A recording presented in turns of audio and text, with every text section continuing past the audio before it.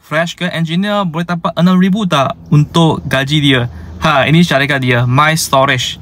Kau nampak job street kan? My Storage 6,000 sampai 8,000. So ni kan, My Storage adalah syarikat yang dari Taiwan, tapi pengasas dia kan adalah orang Malaysia, Puah Ken Seng, yang mencipta pen drive itu. So sekarang dia dah balik dan melabur dan buka My Storage untuk IC design dan storage technology. So sekarang kan dia ada opening tau.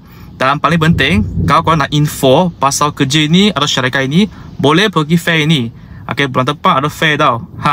Ada My Storage kat sana. Korang boleh tanya face to face dengan orang dari My Storage pasal gaji dia, job scope dia, career prospect dia dan sebagainya. Bayangkan ya, gaji dia 6,000 tau. Itu minimum untuk fresh grad. Ya, berdasarkan apa yang saya nampak kat sini, dan boleh tanya on the spot jugalah kan. Memang cukup mantap dengan gaji ni, semiconductor. Kalau korang minat ini, boleh scan QR code ini. Ini adalah semiconductor punya career fair untuk bulan depan 10 sampai 11.